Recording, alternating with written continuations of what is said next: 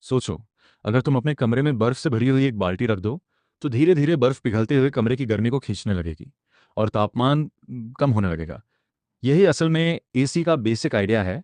लेकिन दिक्कत यह है कि यह प्रोसेस बहुत स्लो है। अब तुम थोड़ा दिमाग लगाते हो और एक पंखा उठाकर बर्फ की तरफ घुमा देते हो, बस बर्फ तेजी से पिघलती है और कमरा जल्दी ठंडा होने लगता है।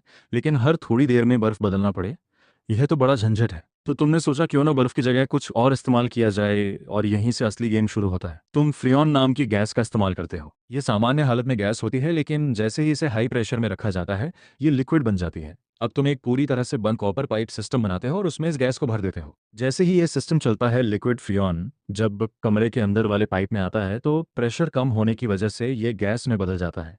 और इसी दौरान ये आसपास की गर्मी को तेजी से सोख लेता है, यानी कमरा ठंडा होने लगता है। अब ये गैस पाइप के जरिए बाहर चली जाती है, मतलब तुमने गर्मी को कमरे से बाहर भेज दिया। लेकिन सवाल यह है कि इसे बार बार कैसे इस्तेमाल करें।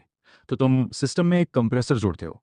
जब गैस वहां से गुजरती है तो उसे जोर से दबाया जाता है और उसका तापमान अचानक 80 डिग्री सेल्सियस तक पहुंच जाता है। अब इतनी गर्म गैस को ठंडा करना भी जरूरी है, तो तुम बाहर वाले पाइप पर एक फैन लगा देते हो। इसे कहते हैं कंडेंसर।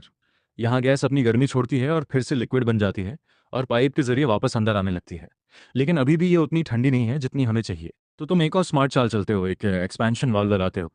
जैसे ही हाई प्रेशर लिक्विड यहाँ पहुंचता है, उसका प्रेशर अचानक गिर जाता है और उसका तापमान भी तेजी से नीचे आ जाता है। अब ये ठंडा फ्रेऑन फिर से अंदर वाले पाइप में जाता है और पूरा साइकिल दोबारा शुरू हो जाता है। अगर तुम इस सिस्टम में एक फैन और जोड़ दो जो ठंडी हवा को पूरे कमरे में फैला दे, और एक सेंसर लगा दो जो तापमान को कंट्रोल करे, तो भाई समझ लो तुमने अपना खुद का एसी बना लिया। और यही वो साइंस है जो गर्मी में हमें ठंडक देता है।